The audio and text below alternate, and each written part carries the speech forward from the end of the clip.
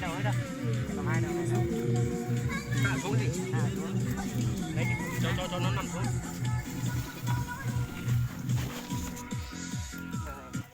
Lấy thùng này. Đây cho cần chín nhanh. Này cho nó thấp.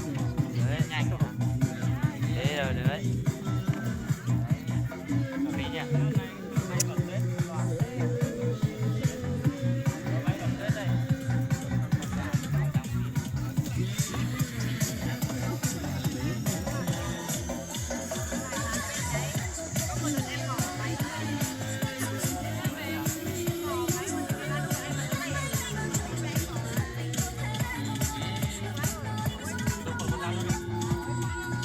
Ra mày đâu ra muốn ra tao thật sự muốn cái gì đâu.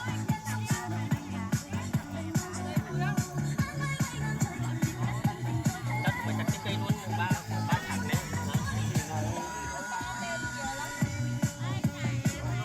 Có hai cây như này.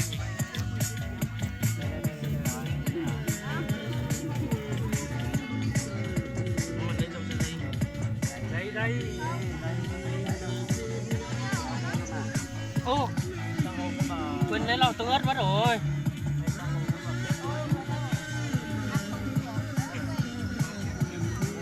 Thanh nó đi đâu rồi? Em tưởng cái Thanh đi đâu rồi? Đâu? Chạy bạn đây.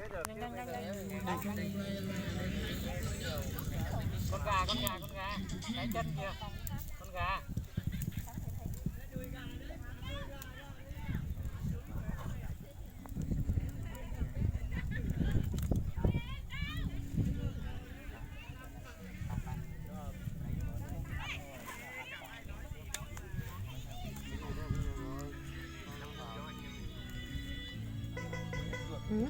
Đại ca, theo đại ca em nạp 10 triệu vô cho em có đủ để đứng đầu xe bờ không? Không được.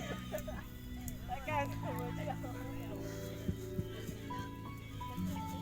mình nghĩ tụi nó về nhà mâm.